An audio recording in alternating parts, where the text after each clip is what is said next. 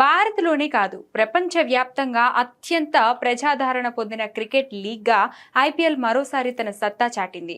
IPL 2026 season TV మరియు digital ప్లాట్ఫామ్లలో కలిపి 110 కోట్లకు పైగా ప్రేక్షకులను చేరుకొని కొత్త రికార్డు సృష్టించింది.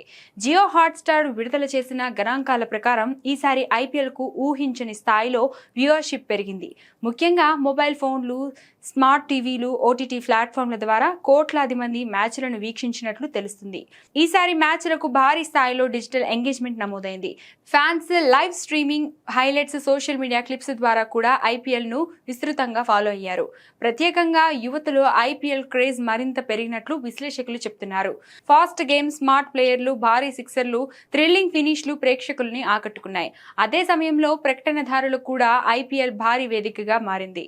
బ్రాండ్లు కోట్ల రూపాయలు ఖర్చు చేసి ప్రకటనలు ఇచ్చినట్లు తెలుస్తుంది. టీవీతో పాటు డిజిటల్ యాడ్లకు కూడా భారీ డిమాండ్ పెరిగింది. భారత క్రికెట్ మార్కెట్ ఎంత పెద్దదో మరోసారి ఐపీఎల్ నిరూపించిందని క్రీడా విశ్లేషకులు చెప్తున్నారు.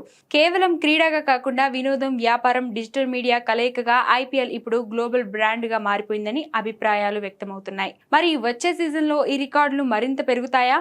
ఐపీఎల్ ప్రపంచంలోనే అతిపెద్ద స్పోర్ట్స్ లీగ్ గా మారుతుందా అన్న దానిపై ఇప్పుడు చర్చ కొనసాగుతుంది.